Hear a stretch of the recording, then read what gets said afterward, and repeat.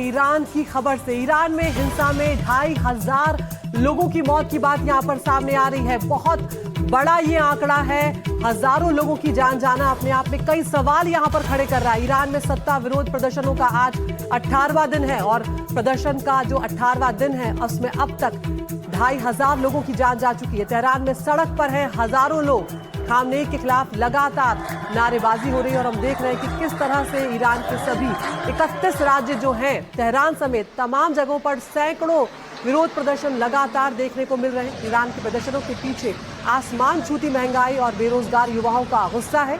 Iran की oil industry की हड़ताल चल रही है। महंगाई की दर जो है इस वक्त वो 42% से ज्यादा है और यही सब वजह है कि ये तस्वीरें आपके सामने हैं। जगह जगह आगजनी करते लोग नजर आ रहे हैं गुस्से के चलते और आर्थिक तंगी से ये देश लगातार जूझ रहा था, जिसके बाद अब लोग इस तरह से उनका गुस्सा आक्रोश जो है वो जाहिर कर रहे हैं। तो प्रदर्शन सबसे पहले तेहरान से शुरू हुआ और फिर सुप्रीम लीडर अयातुल्लाह खामनेई के शहर मशहद समेत 70 जगहों पर फैला और उसके बाद से ही लगातार इंटरनेट जो है वो पूरे ईरान में बंद किया गया है। और इस सब के बीच अमेरिका जो है वो लगातार यहाँ पर हमले की धमकी दे रहा है और यहाँ पर खामनेई का कहना है कि इस प्रदर्शन के पीछे अमेरिका और इजराइल का ही हाथ है। तो अब देखना होगा कि क्या कुछ यहाँ पर होने जा रहा है, क्योंकि ये जो विरोध प्रदर्शन है इसमें सत्ता बदलाव के अलावा शाह के बेटे रजा पहलवी के समर्थन में भी नारे लगाए जा रहे हैं।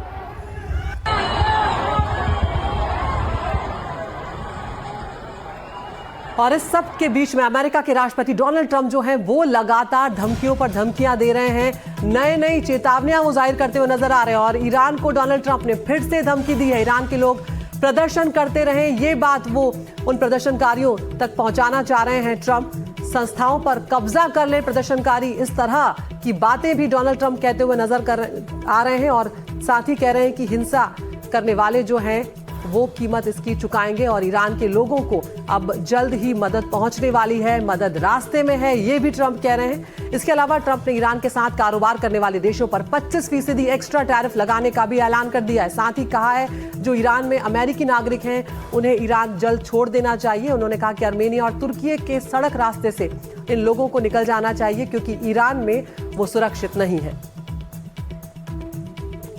And by the way, to all Iranian patriots, keep protesting, take over your institutions if possible, and save the name of the killers and the abusers that are abusing you. You're being very badly abused. If the numbers are right now, I hear 5 different sets of numbers. I hear numbers, look, 1 death is too much, but I hear much lower numbers and then I hear much higher numbers. But I say save their names because they'll pay a very big price. And I've canceled all meetings with the Iranian officials until the senseless killing of protesters stops. और Iran में हो रहे हिंसक विरोध प्रदर्शनों को लेकर America और रूस आमने सामने आ चुके हैं। ईरान को ट्रंप की जो धमकी है उस पर रूस का बयान जो है वो यहाँ पर सामने आया है। ईरान को ट्रंप की धमकी अस्वीकार्य है, ये रूस की तरफ से कहा गया है। हस्तक्षेप के परिणाम विनाशकारी होंगे। तो रूस यहाँ पर लगातार नजर बनाए हुए है और वो ये कह रहा है कि जिस तरह से अमेरिका कर रहा है वो स्वीकार नहीं किया जा सकता। ईरान को तबाह करने की साजिश इसे रूस ने करार दिया है और प्रदर्शन के नाम पर अस्थिरता की साजिश की जा रही है। ईरान को अस्थिर करने की साजिश की जा रही है, ये कहा जा रहा है। रूस ने ईरान की अंदरूनी राजनीति में बाहरी दखल की निंदा की और भयानक नतीजों की चेतावनी यहां पर दी है। और हमारे सहयोगी विशाल विवेक लगातार हमारे साथ बने हुए इस खबर पर नजर बनाए हुए। विशाल, ये जो स्थितियां नजर आ रही हैं, ट्रंप एक तरफ हमले की धमकी दे रहे हैं, ईरान बातचीत को भी तैयार है, लेकिन वो ये भी कह रहा है कि अगर सम्मानजनक तरीके से बातचीत होगी तभी हम बात करेंगे, नहीं तो हम हर तरह से युद्ध को तैयार हैं। किस तरफ बढ़ती हुई इस वक्त परिस्थितियां नजर आ रही हैं और क्या लेटेस्ट अपडेट है आपके पास? देखिए, जो सूचना है जो ईरान से बाहर निकल के आ रही है वो काफ़ी क्वेश्चनेबल है, क्योंकि वहाँ जो इंटरनेट ब्लैकआउट है अभी भी है, लेकिन स्टारलिंक ने फ्री सर्विस का ऐलान किया है। तो इससे क्या होगा कि जो जानकारी है वो अब साफ तौर पे आनी शुरू हो जाएगी, तो पता चलेगा एक्चुअली में क्या हो रहा है।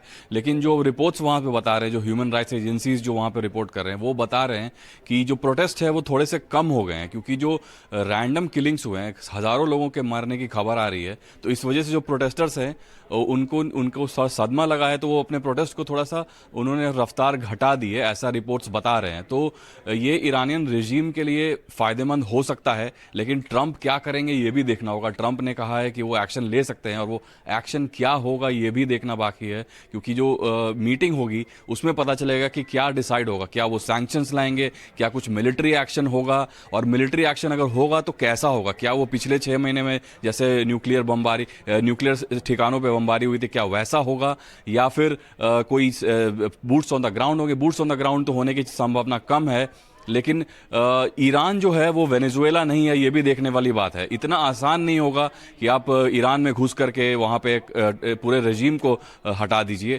क्योंकि जो IRGC है, बासिक एजेंसी है, बहुत पावरफुल एजेंसीज हैं ये, जो कि ईरान के खमेनी के साथ बिल्कुल खड़ी हैं। अभी भी जो टॉप जो है ईरान के रजीम का, वो अभी भी बिल्कुल सख्त है, मजबूत है। तो उसको हिलाने के लिए अभी क्या करना होगा ये देखना होगा US को।